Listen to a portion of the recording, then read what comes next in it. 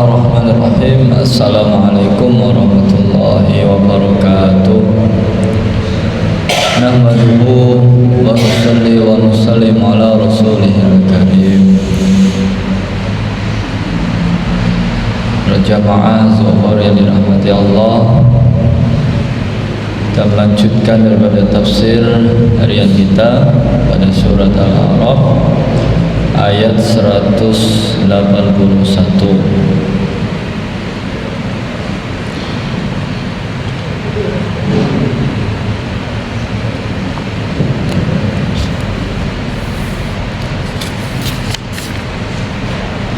Bismillahirrahmanirrahim. Wa mimman khalaqna ummatan yahduna bil haqqi wa bihi ya'dilun walladzina kadzabu bi ayatina sanastadrijuhum min haitsu la ya'lamun wa umli lahum inna kaydi matin. Wa mimman khalaqna, dan dari sebagian orang-orang di antara mereka, khalaqna, kami menciptakan ummah, kami ciptakan sapa ummatun, umat yahduna, sebagai umat yang memberi petunjuk bil haqqi, dengan kebenaran, wabihi, dan dengan itu pula dia iku ya'dilun, juga berlaku adil. Walladzina kadzabu, dan adapun orang-orang yang berdusta bi ayatina, dengan ayat-ayat kami, yaitu Al-Quran, mereka orang-orang ahli Mekah, sanastadrijuhum, maka kami biarkan mereka berangsur-angsur, bertahap-tahap, min haitsu la ya'lamun, sekiranya mereka tidak tahu dari mana arah yang mereka tidak ketahui. Wa umli lahum, dan aku beri tenggang kepada mereka apa waktu, aku beri masa tenggang kepada mereka waktu. Inna kaidi matin, sesungguhnya rencanaku itu sangatlah tegas. Shadaqallahul azim. Jamaah zuhur yang dirahmati Allah, pada ayat 179 telah disebutkan tentang siapa yang akan menghuni neraka dari kalangan manusia, baik dari kalangan jin. Maka pada ayat ini Allah SWT telah tegaskan pada kita semua, juga ada segolongan yang memang Allah tunjukkan kepada mereka selalu membawa kebenaran. Jadi segolongan umat yang diciptakan Allah. Umat di sini yaitu ummatu Muhammad. Hanya umatnya Nabi Muhammad inilah yang difirmankan Allah Subhanahu wa taala bahwasanya pada ayat 179 kan sudah dirinci sama Allah bahwasanya manusia dan jin, ya, siapa-siapa saja yang masuk ke dalam neraka. Dan ini Allah menjelaskan dan menegaskan, Allah juga menyisihkan sebagian umat, yang mana umat ini memang tugasnya mengajak kepada yang hak, kepada yang benar, dan mereka selalu berlaku adil. Dalam tafsirnya hum ummatu Muhammad. Mereka itu umatnya Nabi Muhammad. Jelas Pak ya? Walaupun Nabi Muhammad sudah lama meninggalkan kita, tetapi dakwah terus berlanjut. Nah, maka ini yang dikehendaki Allah. Maka orang-orang ini yang selalu mengajak dalam kebenaran, yang selalu berlaku adil, selalu menebarkan kebaikan, maka orang-orang inilah yang dikhususkan, yang digolongkan dari kalangan-kalangan umat Nabi Muhammad yang masuk ke dalam surga. Semoga kita semua termasuk di dalamnya. Amin ya rabbal alamin.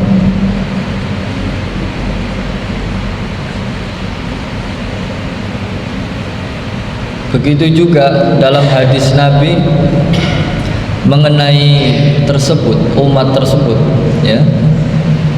Dalam kitab Sahihain, la tazalu ta'ifah min ummati dhahirina 'alal haqqi la yadurruhum man khadalahum wala man khalafahum hatta taqumus sa'ah.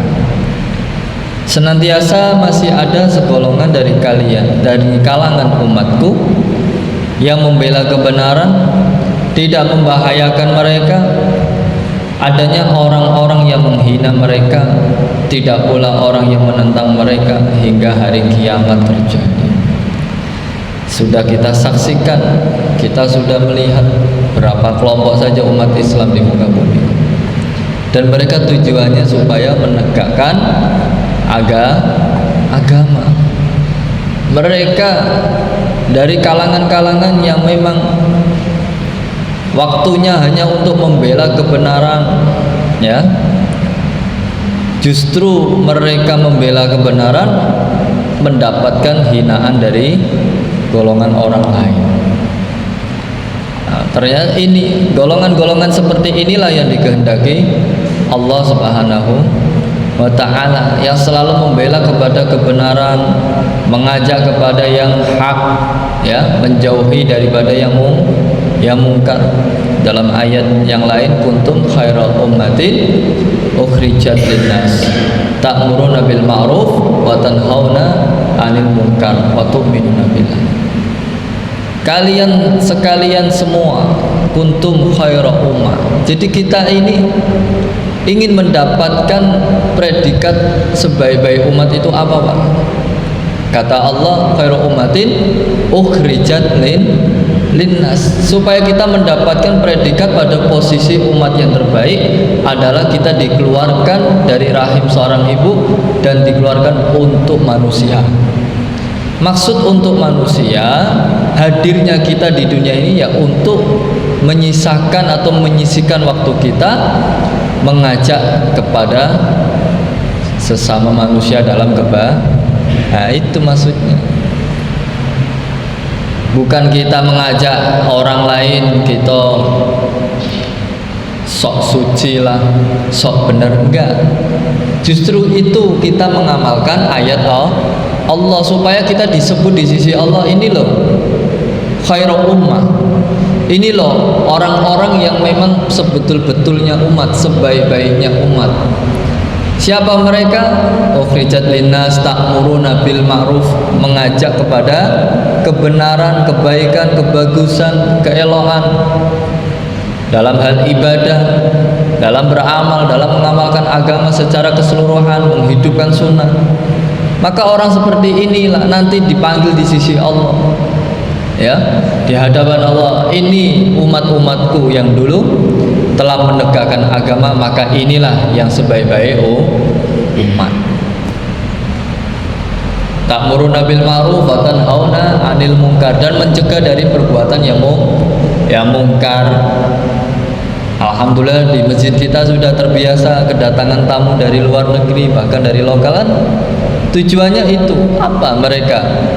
Kalau mereka niat hanya silaturahmi, jauh-jauh mau menengok di sini, ya, ngabisin duit aja.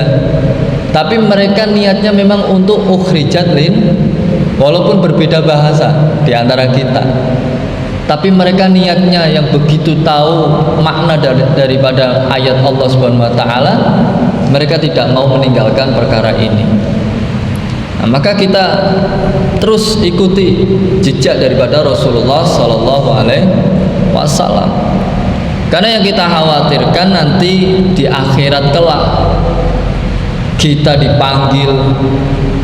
dipanggil sama Allah, tinggal selangkah memasuki surga, tiba-tiba daripada saudara kita, daripada tetangga kita nyakil, ya Allah, orang ini beribadah hanya beribadah untuk diri sendiri, dia tidak pernah mengajak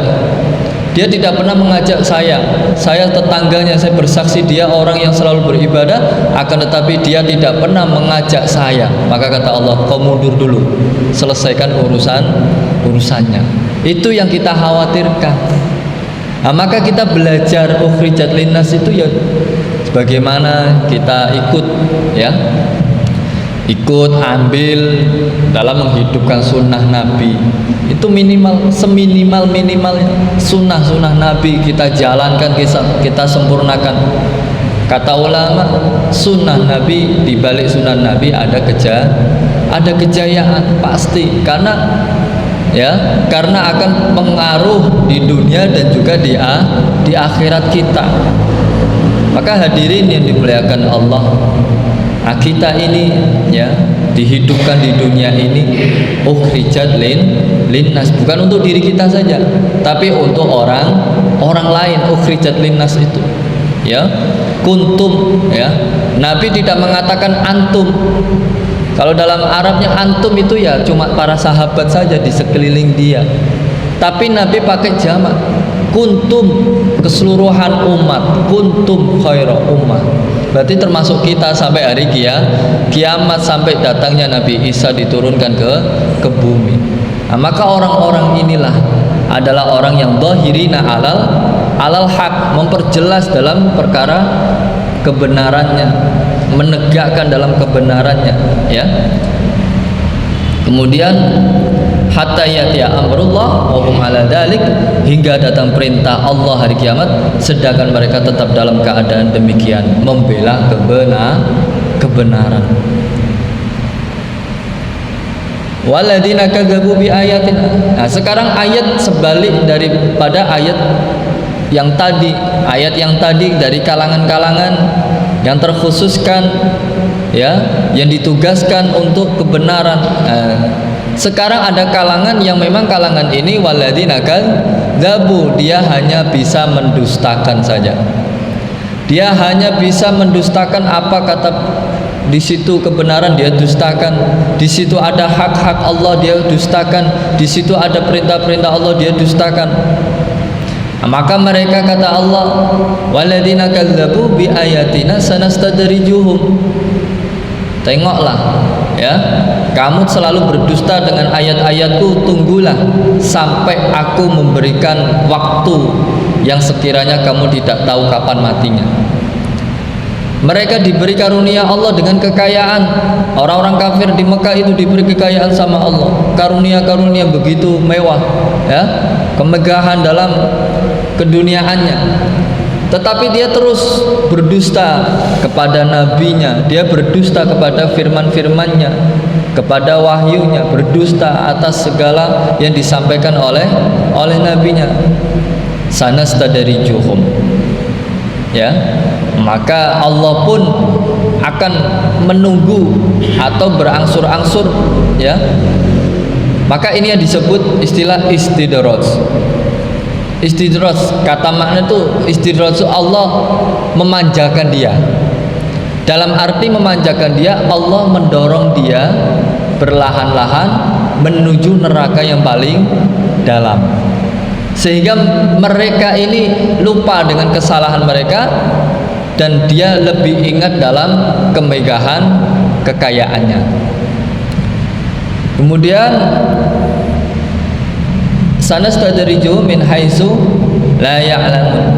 Dalam ayat lain juga, falamma nasu ma dzukiru bihi fatahna 'alaihim abwaaba kulli syai' hatta idza farihu bima utu akhadnahum baghtah fa idza hum mublisun. Faquti'a dabirul qaumil ladzina zalamu walhamdulillahi rabbil alamin. Maka tatkala mereka melupakan peringatan yang telah diberikan kepada mereka dari nabinya, kami pun membukakan semua pintu-pintu kesenangan untuk mereka. Semakin dia menantang, semakin dia melawan, justru Allah semakin memanjakan dia. Ya, maksud memanjakan dia itu supaya siksanya makin berat. Siksanya tuh supaya makin berat. Mereka dibuatnya bergembira dengan apa yang telah diberikan kepada mereka. Kemudian kami siksa mereka dengan sekonyong-konyong. Ya, sekonyong-konyong itu bagaimana? Ya, siksa dengan siksaan yang sepele, siksaan yang nggak berharga lagi untuk mereka. Udah, siksa apa saja, mau berat mau ringan semua kasih dia. Ya, nggak ada pilihan lagi. Maka ketika itu mereka terdiam, berputus asa. Maka orang-orang zalim itu dimusnahkan sampai ke akarnya. Walhamdulillahirabbil alamin. Segala puji bagi Allah, Tuhan semesta alam. Nah, kadang kita sering dengar, saya ndak sholat saja kaya kok, ya. Saya ndak sedekah saja kaya. Saya nggak zakat aja kaya. Nah, seperti itu. Kadang sering kita dengar kalimat itu. Iya, Allah memang mengayakan kamu, membuat kamu kaya, supaya kamu tuh lupa dengan akhiratmu, supaya kamu tuh terus lalai dengan duniamu, sehingga kamu terus meninggalkan sholat. Pada hakikatnya kamu telah memupuk siksaanmu di neraka. Artinya kau sendiri yang membuat berat. Nah, jadi kata ulama menggambarkan di dalam neraka itu sesuai dengan kadar kekuatan kita, Pak. Maksudnya bagaimana kadar kekuatan kita? Nah, kita membawa bara api. Seberapa kuat kamu menggenggam bara api? 5 menit, ya sudah 5 menit. Nah, masa ada orang mau megang api bikin lama-lama? Berarti kan memang bodoh. Api kok digenggam lama-lama. Nah, orang isti terus tuh begitu. Dia sudah tahu akhirat, sudah tahu neraka siksa itu sakit, panas, tapi dia makin jauh dari perintah Allah, dia makin jauh dari Allah. Nah, pada hakikatnya dia semakin menggenggam bara api dia di neraka. Nah, maka kita kalau sudah tahu bahwa api itu panas, ya sudah lepaskan. Nah, maka kita diberi kesempatan oleh Allah SWT sekarang masih dalam keadaan sehat walafiat. Maka kita lepaskanlah api-api neraka, lepaskanlah keburukan yang ada dalam diri kita, lepaskanlah ya kesalahan-kesalahan yang ada dalam diri kita, karena pada hakikatnya kita ini ya untuk melepaskan api yang akan menyiksa di neraka nanti. Nah, ini orang-orang yang diberi karunia Allah kepada orang kafir, sehingga Allah makin menyiksa kepada orang kafir tersebut. Wa umli lahum inna kaidi matin, dan aku beri tangguh kepada mereka, beri penangguhan ya, waktu yang memang Allah sudah merencanakan siksa apa yang harus yang ditimpakan kepada orang-orang kafir tersebut ya. Nah, kita ini kalau dalam ya kita punya listrik di rumah yang pakai meteran, tidak pakai sinyal, kita nggak bayar selama berapa bulan.